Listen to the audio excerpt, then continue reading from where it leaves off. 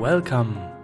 This is the Adventure Zone Area, a single episode appreciation podcast for the Adventure Zone, which is a comedic and dramatic Dungeons & Dragons podcast.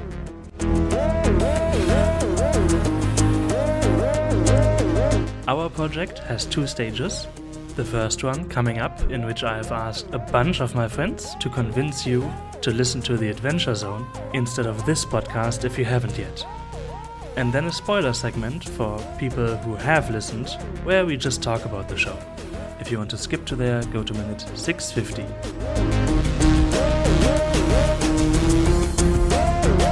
Also, yes, all of us are German. We all have different German accents.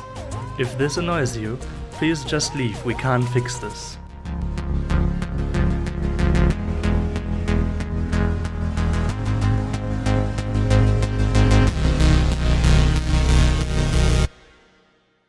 Hi, I'm Maurice.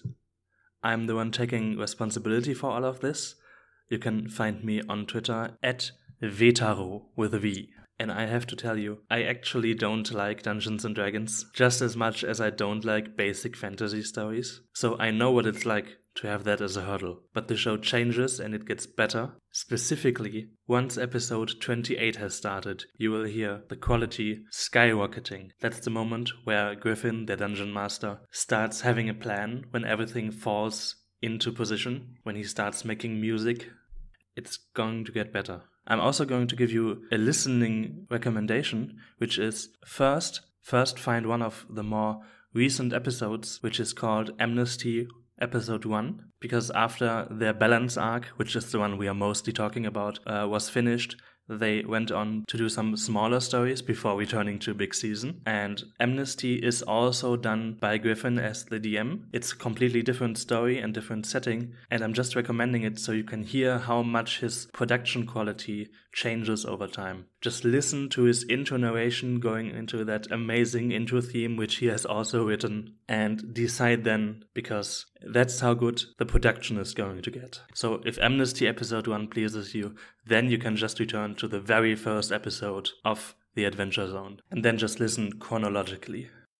Hi, I'm Jules, and I probably would recommend the Adventure Zone to myself with saying that it is not nearly as high fantasy as it seems at first, because I'm really kind of bored of the genre at this point. The Adventure Zone often has a really like refreshing flip on the setting, so I won't get bored by that. Also think it's really helpful for taking some nice DMing lessons away from that. Yeah, I think it's really nice to see what you can do with enough care and good DMing. Hi, I'm Gemme, and this is what I would like to say to myself from half a year ago about the Adventure Zone. Start listening already, and you will definitely get used to listening to podcasts, because if Jules hates classic fantasy and Maurice hates D&D, you hate listening to podcasts, and I know that, and it's very hard for you to actually concentrate on audio without any visuals there. Just try harder and get used to it. It's definitely worth it. Hello, my name is Judith. Please just listen to it. It has everything you love.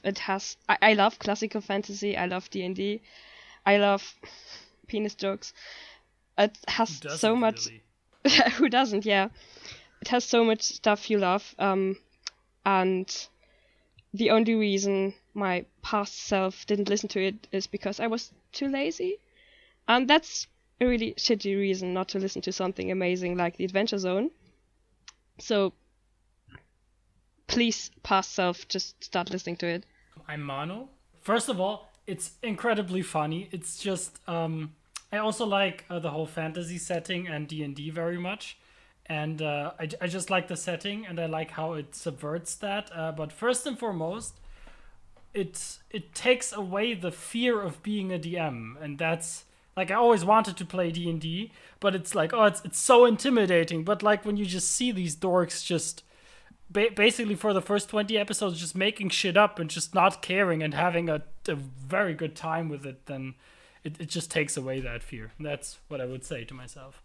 Hey, my name is Anna, and if I had to recommend this podcast to myself about a year ago, I would have said, well, girl, there are doggos, play on words, the best boys, and Mexican food references. So, well, get your ass in gear, try listening to this. It will be hard, because you're not used to this audio medium at all, but guess what? You'll get used to it, and it will be worth it, and in the end, you will actually like to listen to podcasts.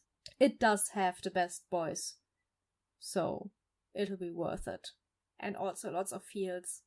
And the gays. They are strong in this one.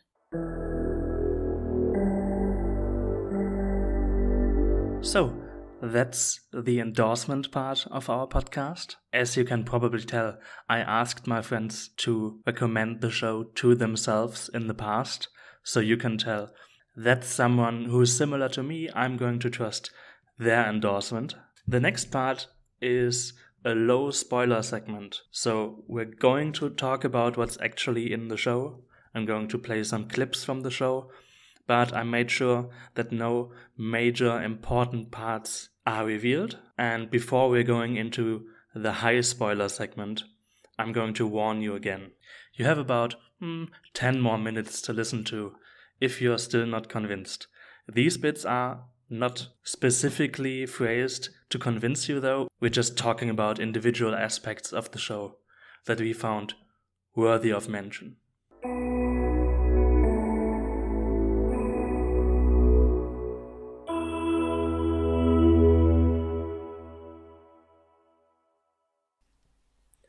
So, since the Adventure Zone is like a child podcast of My Brother, and Me, which has been running since 2010. Could someone please introduce it? So basically, their other show is Bim Bam, My Brother, and Me. And they always say it's an advice show, but basically what it boils down to, they get sent in questions or take questions from Yahoo and then kind of answer them. They just ramble on about it for 5 minutes and joke about it. It's very lighthearted, very, very entertaining. It's very light form of entertainment, if that makes sense. I mean, yeah, Bim Bam is really, really light entertainment. It's just really easy to listen to, and I like it for that. And I specifically just like it, like in connection to D&D. Yeah, it just gives the whole like comedy. You have just great. The game gives you great setups for good jokes.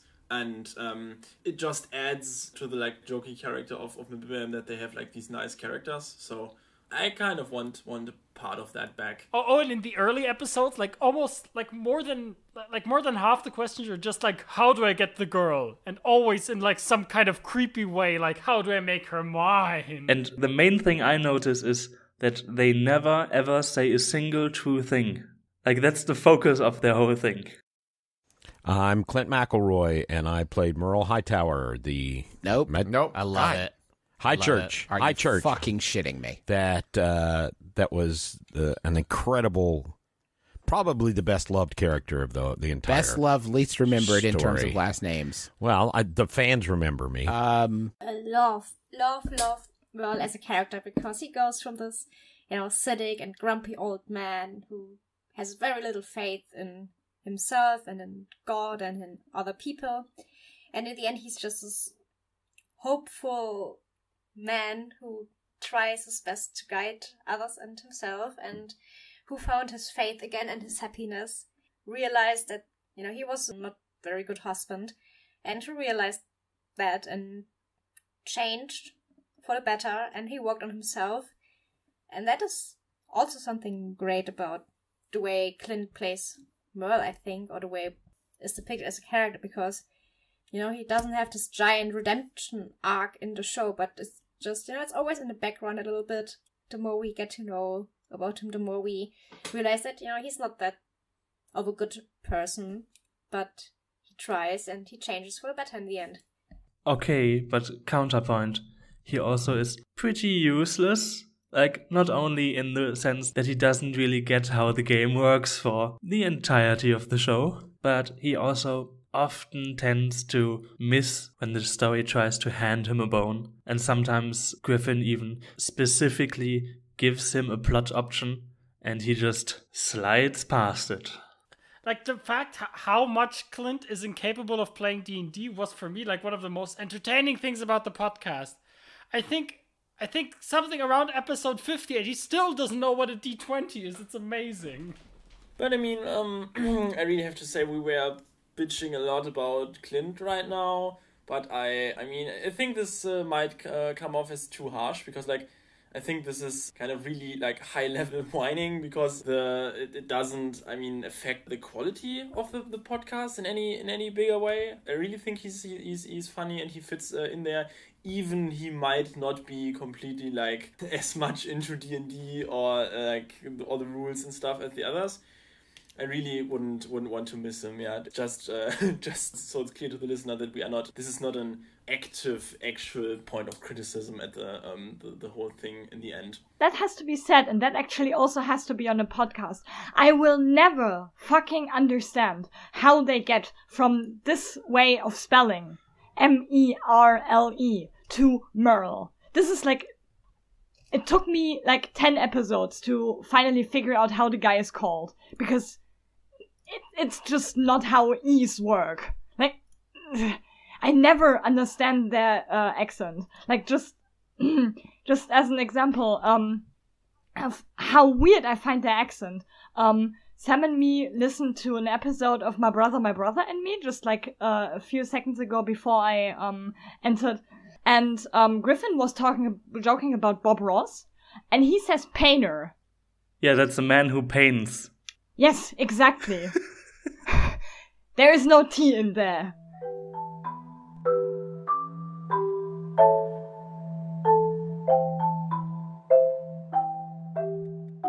So one thing I really appreciate about TAZ is that to me it kind of feels like a Dungeons & Dragons utopia. The way it's structured, that it is made for like entertainment and that it has to work on podcasts and radio leads to a lot of things they boil down that annoy me mostly in normal D&D. So they have ways less fights. They have ways shorter fights. They have ways like the fights are faster paced. They don't just like pick up random loot stuff. They will sell anyway. They just boiled it down to like the important items and important encounters and things that really matter, like in the story or like for the jokes or something like that. In a way, I would really like normal D&D to feel a lot more like TAZ. I mean, yeah, as I said, it's kind of utopian, but it's for me how I would imagine like the ideal round of D&D. I mean, I'm aware this is probably not how you can do it because in the real world things don't go quite as smoothly as when you edit them for audio. But yeah, I just wanted to get that out. I think like even later on, Griffin does things that I would consider as mistakes, like in the Crystal Kingdom having that cockroach fight. In the train arc, when they just have an episode where they fight slugs, those non-plot fights, they weren't a good choice. Whenever they do plot fights, that's great, but all those filler fights, they grate on me. I mean, I definitely agree with that point. Like, that's also a problem that so that's something people say about D&D. I don't know how much is true. It depends on how you run the game. That it's very combat centric, very much just fighting and just round based combat, and it depends on how you run it. But I wouldn't say that it's the ideal round of D&D. It's like the best version of D&D for an audio medium, I would say. Because there's things you just can't do when you do a podcast, like say you have a more open world type of session. Like it's just hard to plan for that and make such a coherent and impactful story as it happens in Adventure Zone. So yeah, I think that many things that Griffin does as a DM only work because it's a podcast and an entertainment, a form of entertainment. Yeah, that's also what I really love about it, because when I started listening to the Adventure Zone, I hadn't played D&D or other things in a while, because I kind of got tired of it. I don't like fighting for an hour, and then it's your turn. And then I started listening to the Adventure Zone and heard and saw that, hey, you can do it like this. You don't have to fight all the time. You can just focus on the story. And that is what has gotten me back into D&D. So that it's not like the classical stuff.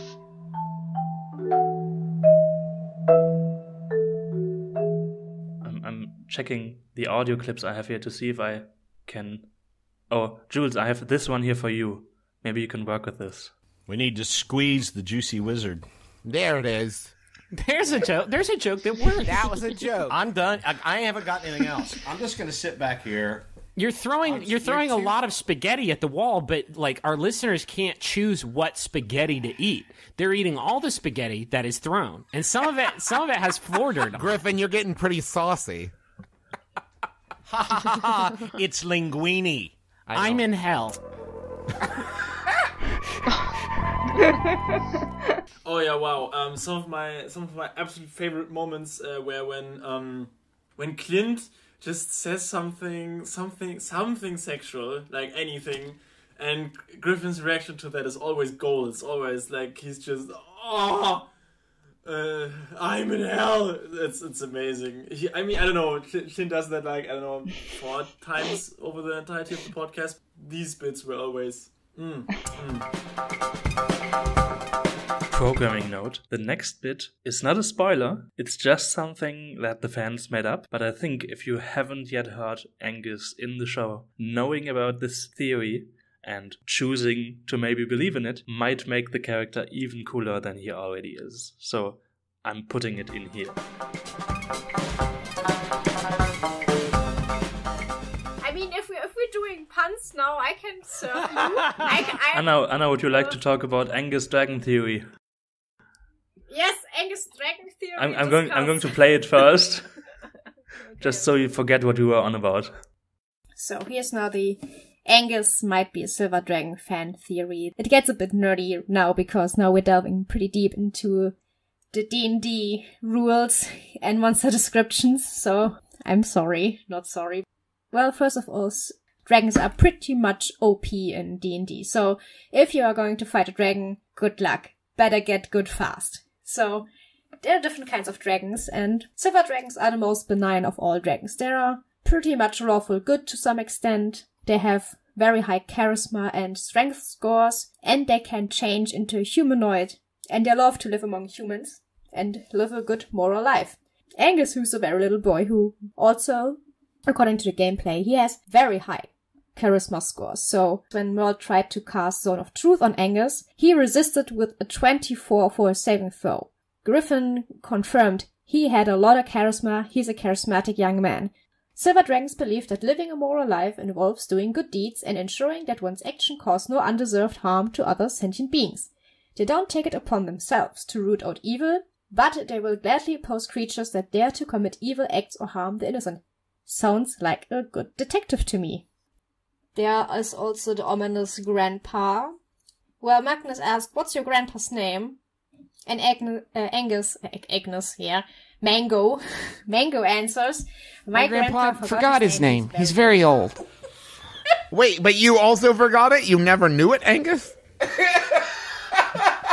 The memory of my grandpa's name died long before I was born. It's a word not spoken since the birth of dragons. And I think this is a cute little headcanon. It was never confirmed by Griffin, but he really liked it. And I think it's something that gives Angus maybe a bit more flavor. He's already a very good boy, but now, in our heads, he can be a good dragon boy too. I have now one point that's really important to me. I cut it down immensely. It was originally 25 minutes long, and it's still very long in this version, like 3 minutes. But you'll have to deal with it, because I want to talk about the segment that's starting here. I want to highlight a couple, just because, I know we won't be able to afford this one, But John Williams' 8-year-old son Colin created the flaming poisoning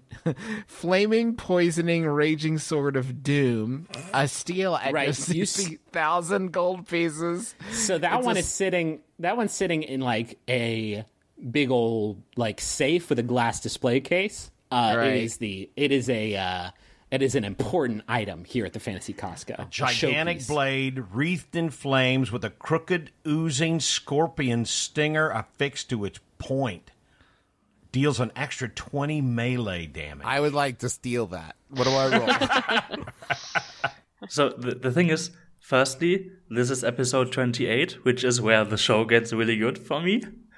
And also, the reason I have to put this in first is because of how much setup there is for this joke. And also, this is the warning for those listeners who haven't yet listened to the Adventure Zone in full. We are now going into the full spoiler territory, starting with the following audio clip from the show. And everything after that is full spoilers. So stop here.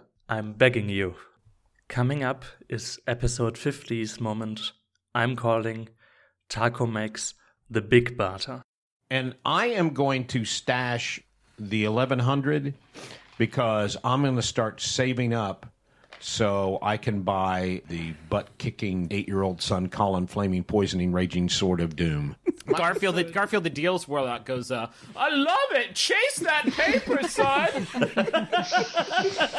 Don't stop thinking about tomorrow! I see two things I really want, and I can't decide between them. Does it include things like the slicer of Tapir-Weil Isles, sent in by Riku Sakinen, which is a item that is useless, but with a good enough sales pitch, you can convince anyone of its value and get them to trade you their most valuable possession. That's a fun one. That is good. I do like those. Garfield approaches and says, England to make a deal!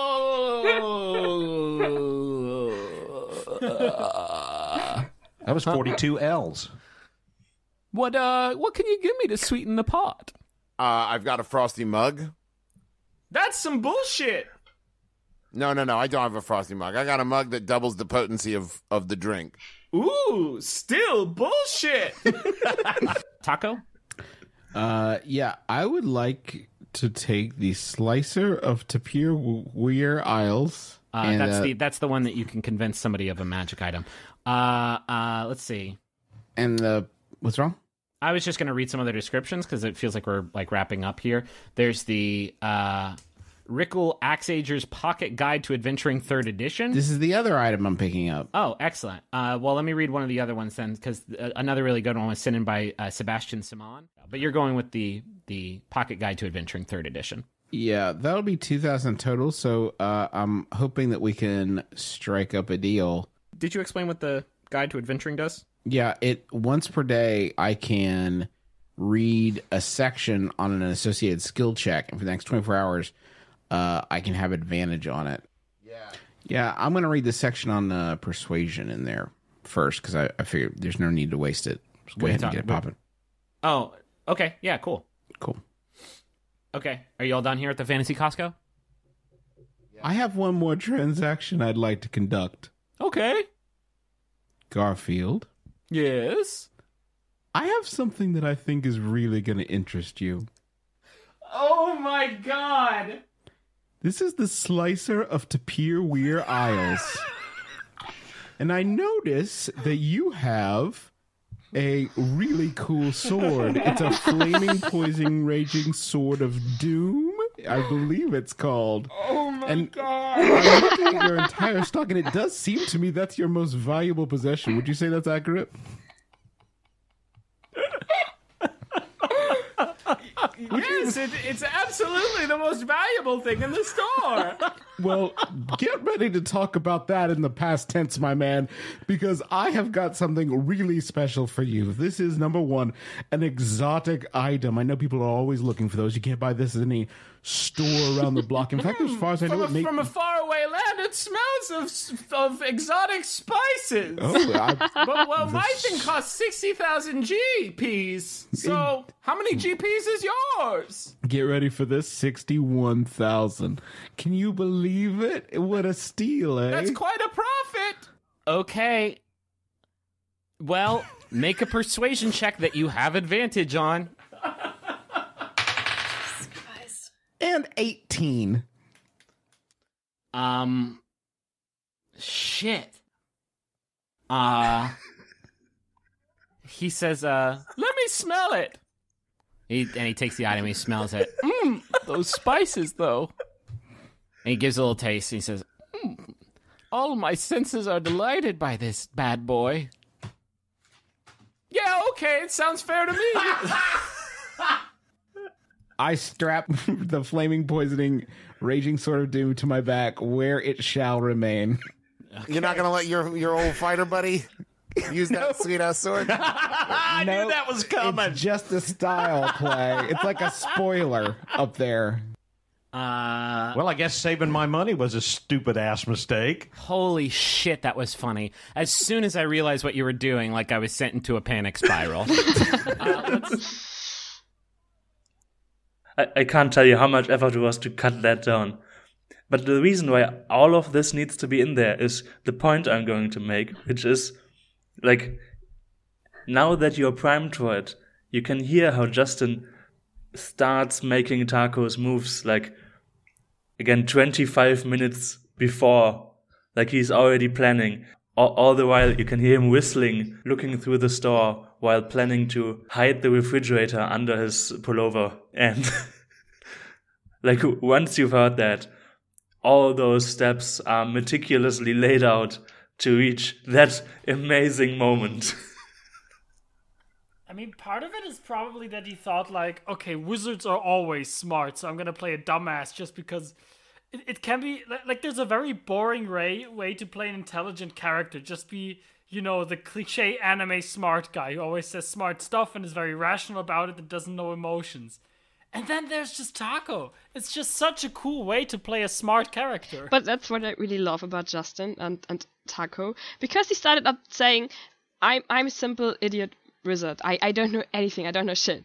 But then Justin realized he's too clever to play an idiot. And then he does stupid stuff like that. I don't think he ever tried to be underestimated. Like, Taco, I would honestly say it's like a change in what he's been doing during the podcast. Like, yeah, and he really, that's the moment where he became the MVP of that whole show for me.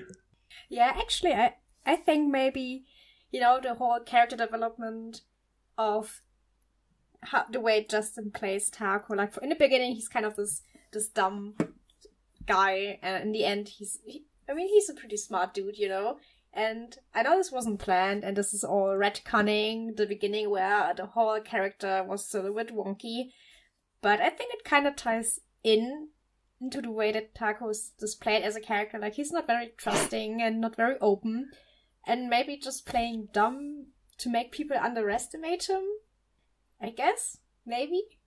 I think in my headcanon that kind of makes it a bit more, gives him a bit more character integrity, I guess, instead of just me saying, oh, well, yes, the Taco in the beginning is very different to the Taco in the end, because on the meta level they decided to make his character different and to display him in a different way, because they weren't quite sure on how the character was going to be. Yeah, and the thing is, like, that's not the only retcon in the parentheses. I mean, the other thing is, like, Merle changed his dominion and they just pretended he was a life cleric the entire time, or nature cleric the entire time. Oh god, I have one for those in a moment. Roll it, Steve. This is episode 27, one episode before Griffin starts having a plan. What did you say? Are you afraid of the dark? I'm still like, in general, or he doesn't say are you afraid of it. More of a goosebumps man myself. His whispers are actually filling the room. They're really loud. Cool. Are you afraid? No. I mean, sometimes. Yeah. I think we all are. You know, it's you natural. get lonely and you're like, what if I never meet the right person? And there's a lot to worry about. You know what I mean? It says, You do not know how to be afraid. Well, probably not. Oh. If it's a smartness thing, no, It extends a sleeve of its robe and displays... And hands you being afraid for dummies. This is how to be afraid.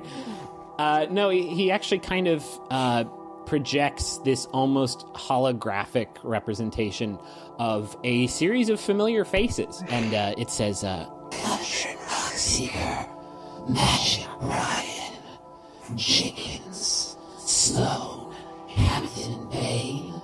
And as it says these names, their faces sort of appear in the palm of its hand. And it says, This is the true nature of man. The want, the hunger. It consumes everything it touches. It can't be stopped or changed. It's the end of everything. And then it says, This is your first lesson. And disappears in a spout of flame. I didn't get any of that. It was really spooky, though. It was a little spooky. When he was asking if I was afraid, I was like, yeah, Ooh, I'm pretty afraid right now. Yeah, I I wasn't mean, like for a second, definitely I didn't know what was going on. That's the Red Robes trying to scare them. It's just so shortly before the whole thing is going to be changed. And I mean, yeah, it just doesn't make sense with what the Red Robes are in the end. Like, why would this be something that happens?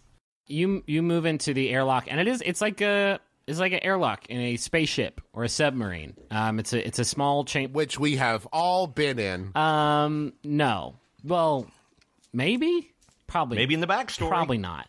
Here's another thing that I think is specific to the Adventure Zone and to Griffin's methods, which is his improvisation, zooming in on a character as soon as someone seems to like him. Sometimes on a delay, but characters that are beloved, that work well, they show up again, they become bigger, they get larger roles. And specifically, I would say this happens between Taco and Kravitz, because I think originally when they first have their lunar interlude meeting, it's just meant to tie up some plot bits, and then he just on camera gets gay in a way that Griffin didn't expect.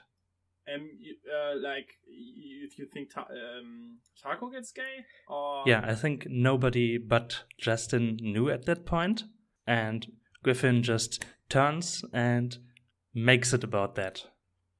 And like their relationship it appears out of nowhere at that point. Oh yeah. When they meet to talk, and Griffin just grows it from there. And he basically does that with everyone. Like I think when the Voidfish started out, it was basically just a plot device. And then Magnus showed affection for the Voidfish. From there, oh my God, it becomes the big thing. At I think in the Crystal Kingdom, basically Kravitz was following them, and because they had all these super high death counts. Do you think that was planned out, or do you think that was just whatever, and then later Griffin invented? Yeah, that's after episode 28, so I think he does know already at that point why that's happened, and he does have a plan. Yeah, I think so too. I just re-listened to the Crystal Kingdom and that part where the Red Robe appears again and sees the Umbra stuff and just loses it. I think when I listened to that, I was pretty sure that this was planned, that he knew what the Umbra staff meant to the Red Robe.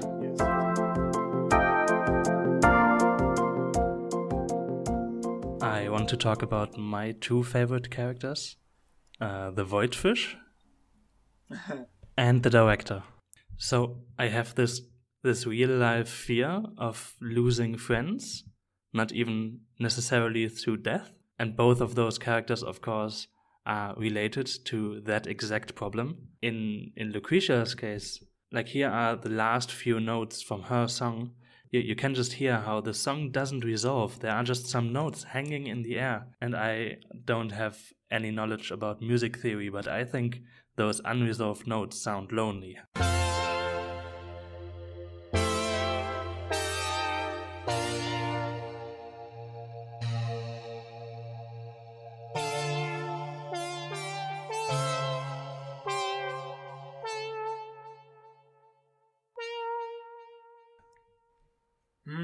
So you think maybe Griffin either did that knowingly, intentionally, or like subconsciously from how it feels? Yeah, I think when he made the Madame Director song, he already knew what kind of person she was and what she's been through. And Lucretia is just basically the same song with different instrumentation. Yeah. I also like this. This is kind of a video gamey thing to do. I think the whole soundtrack has, for obvious reasons, a very video gamey character, and that's a typical video game motive, like this like recurring themes getting remixed and reused and getting instrumented. This is probably not a word. Now here's the clip that I cut together for Fisher, who is in here because the story is lacking some dogs. And Fisher, honestly, he is such a pure boy. He is the best dog. Just listen how incredibly happy he is. Like there's unconditional love in this. And you're still following this jellyfish that's sort of playfully leading you inside. And so you follow this little baby jellyfish into a nook in the side of the chamber, and it shows you this collection of odds and ends. There's a pile of those multicolored rocks that are glowing, and they are sort of casting a kaleidoscopic shower of light all around this little nook. And there's a row of glass bottles that are neatly organized by size. There's a bed of moss that you assume is where this creature lays its head or I guess it's jelly cap at night. That's the technical term, jelly cap. I think so. I'm not a jellyfishologist.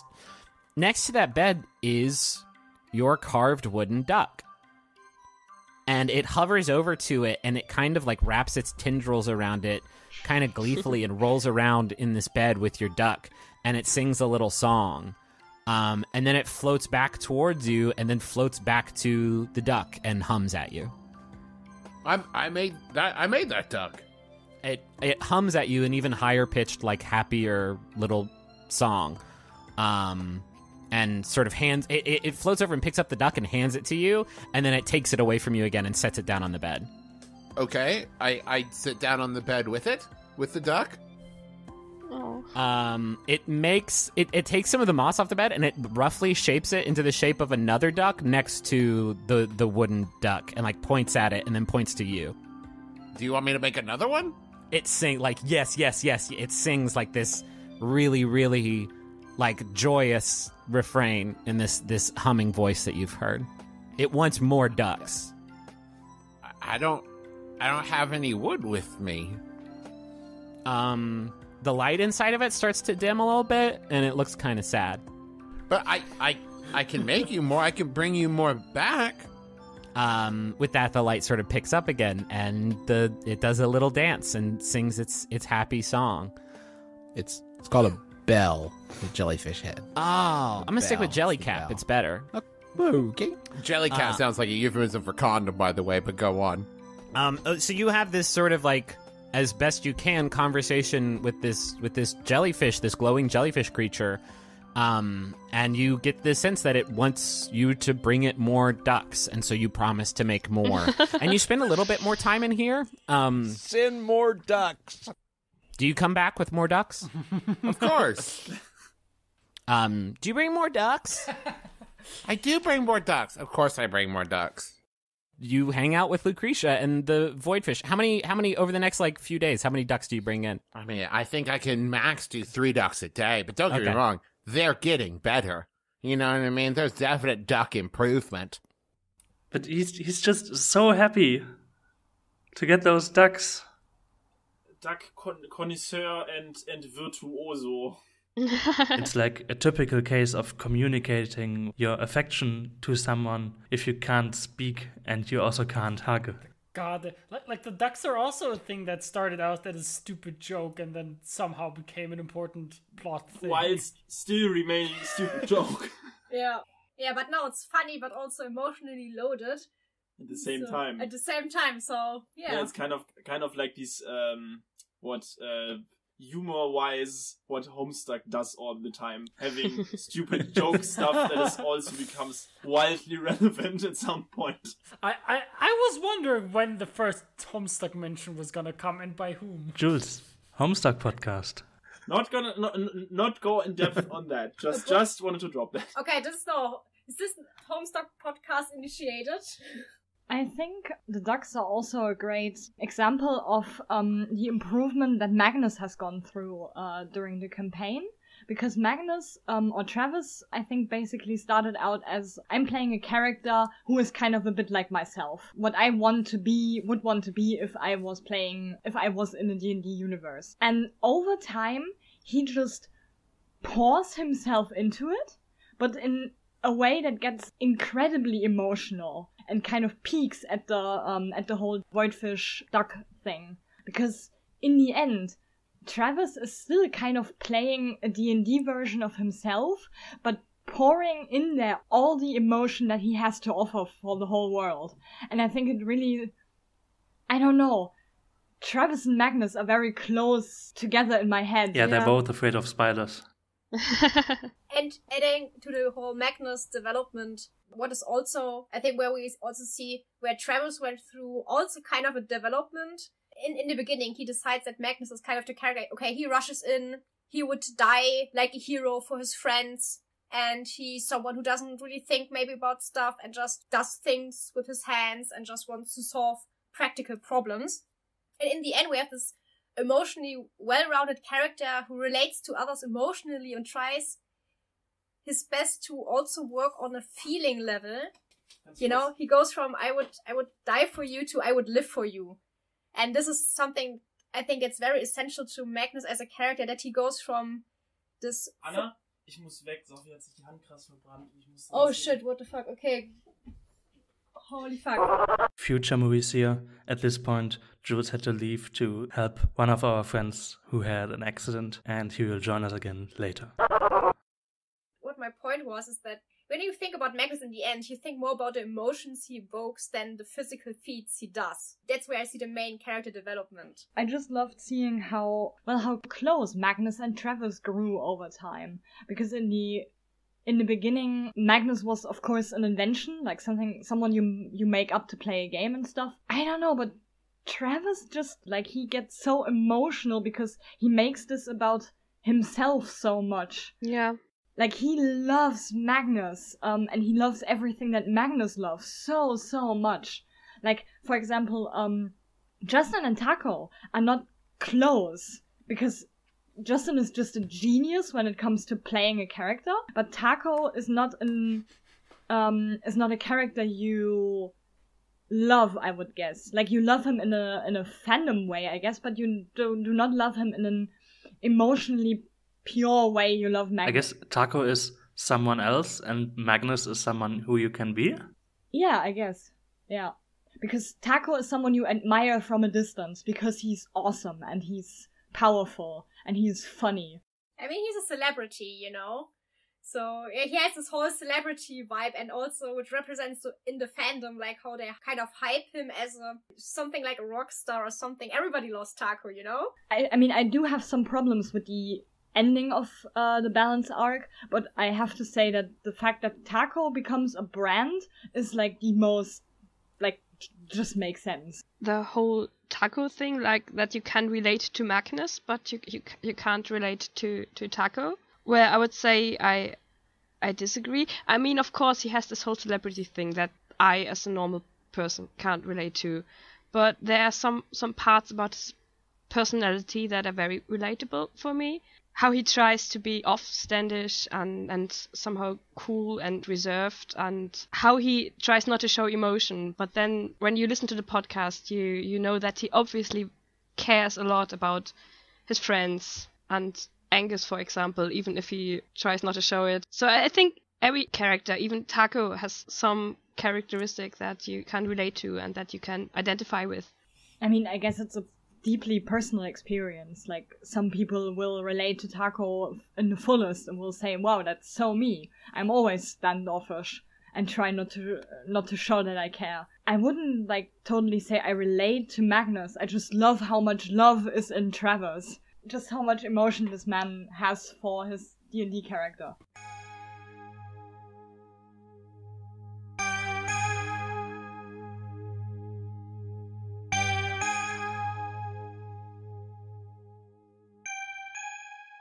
I would like to offer a discussion point. The show did not become queer until kind of late in the show.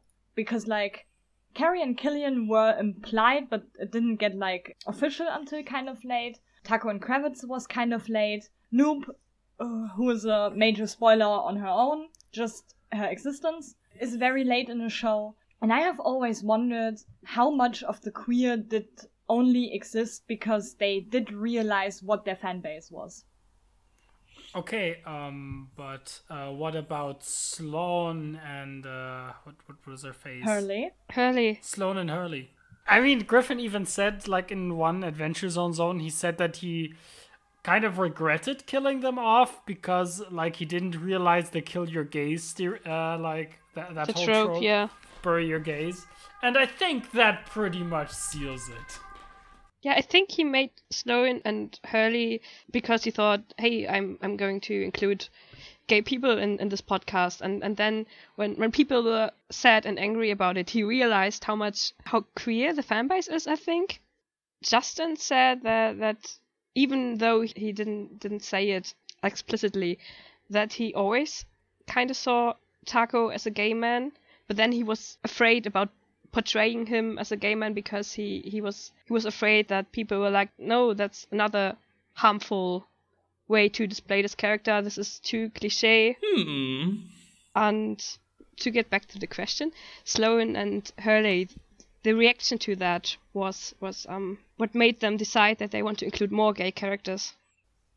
And it's really great that if the fans say, no, you did this wrong, like with Sloane and Hurley, they don't get defensive about it.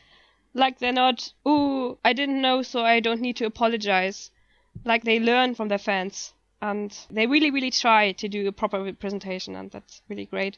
Yeah, they are, I think, a very good example of people who try to do it right and who get better. I also remember Justin saying that he always thought of Taco as gay and only later realized that doing this voice is kind of weird for that. Yeah. I'm not sure if there's like a moment where you can hear him tone it down, but I think the inflection just changes mildly, so he's no longer... Definitely, I was sad about that, because I loved the exaggerated Yeah, voice. but he's just no longer the maximum fop later on. Because it's just kind of offensive if he were super gay and also does that voice the entire time. I guess, yeah. And magic, if he was super gay. Oh man, yesterday I had a discussion where I ended up making the claim that This Is Super Gay is funny because there are two main meanings for that. The social kind, where all the signifiers of stuff you can wear and things you can do are included, which is a scale that you can pretty much ascend infinitely. And on the other hand, there is the sexual orientation kind of gay, where, of course, you can only be 1.0 gay at the maximum. And mixing those two up in the mind of people, those two meanings meld and create the funny. Yeah, and you can be a regular gay, or you can lean into it and be super gay. Depending on the kind of hairstyle I have, I am either a regular queer or a massive queer. Yeah. Or a super massive queer. Yeah, it like, I guess, no, I think people will agree with me on this. Like, you do sometimes look in the mirror and look at yourself and be like, I'm a massive queer right now.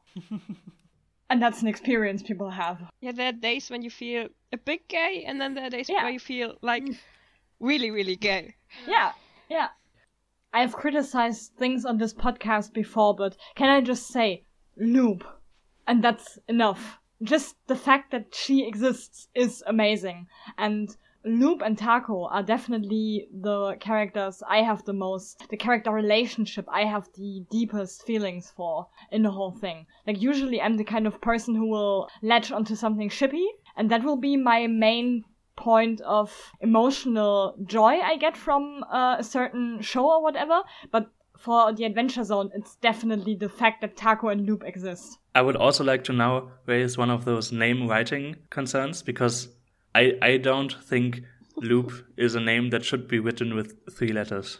Maurice, how would you write Loop or spell Loop? I thought when they first discussed the actual character Loop, I thought her name has an OU and maybe even an E at the end.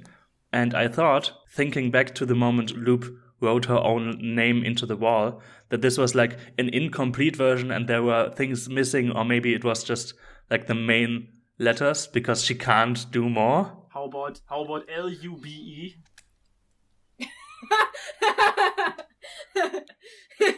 I'm gonna ignore what you just said and just say that I just thought she's called Loop. LOOP. Oh yeah, that's possible too. But certainly not LUP, which to me is LUP. Loop. Oh yeah, or maybe Loop. Which is again a great example to prove my point that these people have a very weird way of putting speech into letters. Or like the English language generally has very little consistency when it comes to pronunciation. So I mean, me as a linguist, I can tell you that this is exactly true. I mean, yeah, but the McElroys take it to a whole nother level. Have you seen how their name is spelled and how it's pronounced? Yeah. I was like, before I'd ever heard the name, I was like, yeah, McElroy. McElroy. Yeah. And then it's McElroy. What the hell? Which should be like MACC and then something. So if you're listening to this, Griffin, please change. Also, how about you write your name with a P and an H? So I think this ends our segment called Germans complaining about how names are spelled and the English language in general. Would someone like to do a Black Spider impression? Hello, I'm the Black yes, Spider.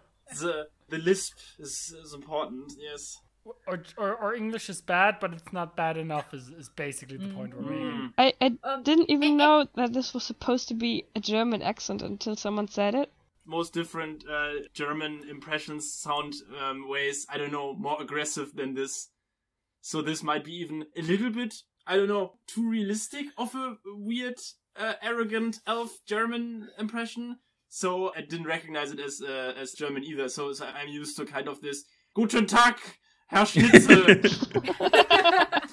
Are you talking about Blitzkrieg? Yeah, going full medic from Team Fortress, I guess. Yeah, like kind of in that direction more. Oh yeah. And of course, someone asks the person something and they will respond with ja. Yeah, that's the thing. If you're talking in another language, you know all the hard words, but the easy words, those you say in your mother tongue. I can spell knowledge, but if you ask me something, I am gonna say ja. And Herr.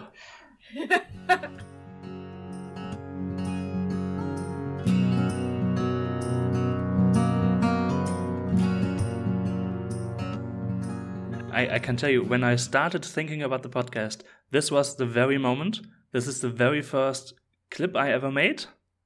And I just want to put it in. I just want to have this in here. And I'm going to take the little, like, the shells I find and, like, glue googly eyes on them, because that's always funny.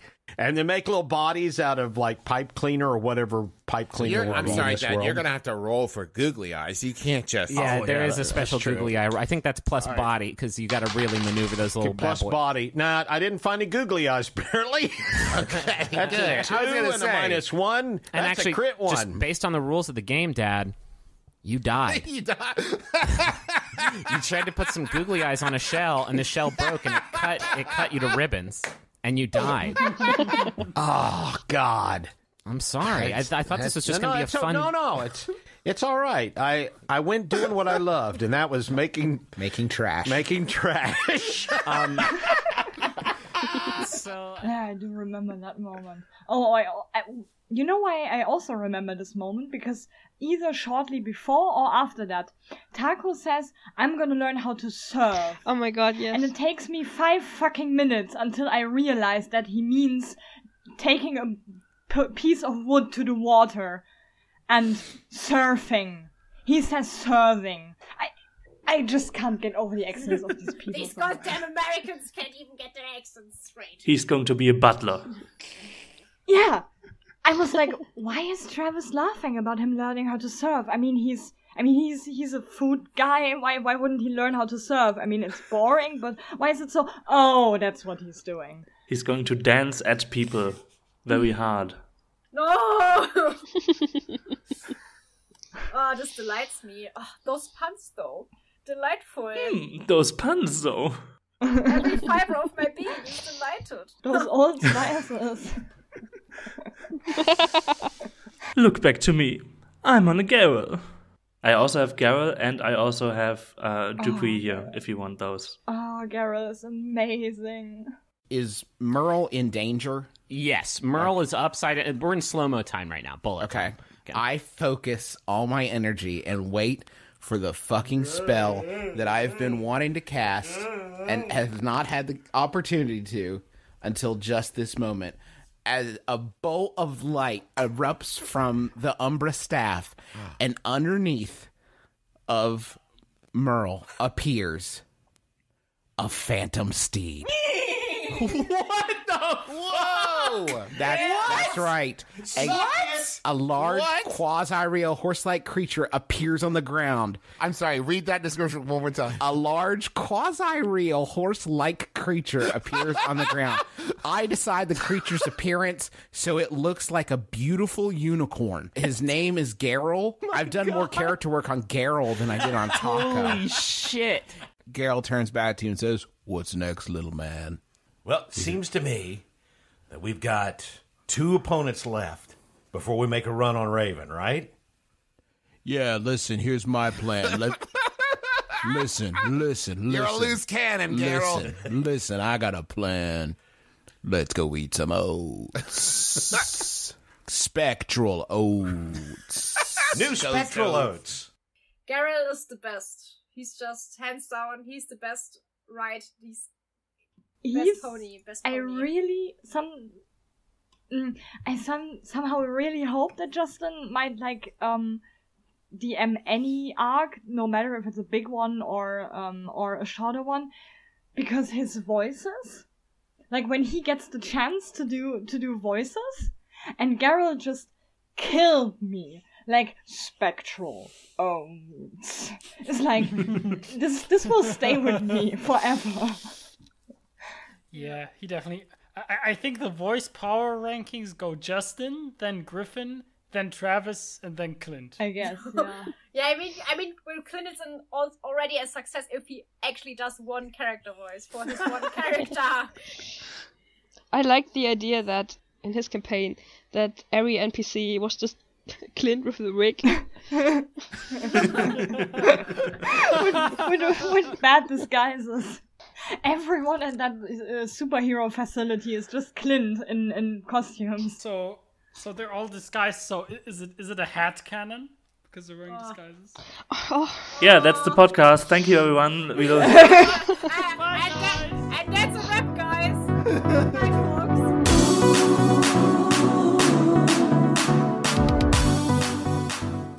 This episode of The Adventure Zone Area was presented to you by massive amounts of editing. I'm not going to lie. At times I had 6 audio tracks active at the same time in Audacity. The original recording was over 2 hours long. Half of Jules and Anna was lost, re-recorded, and then meticulously fit back into the project. You can imagine how much time I spent making this work.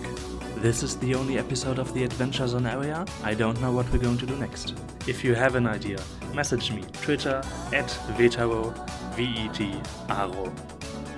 Also credit, all the songs used are from the Adventure Zone, except for the short xylophone bit, which is a cover of the Crystal Kingdom theme by Eden Porter. The cover art is an original piece by our friend Sam, and the characters look weird because that's us in costumes. My proposal for the name was VV Adventure Zone and VV Adventure Zone.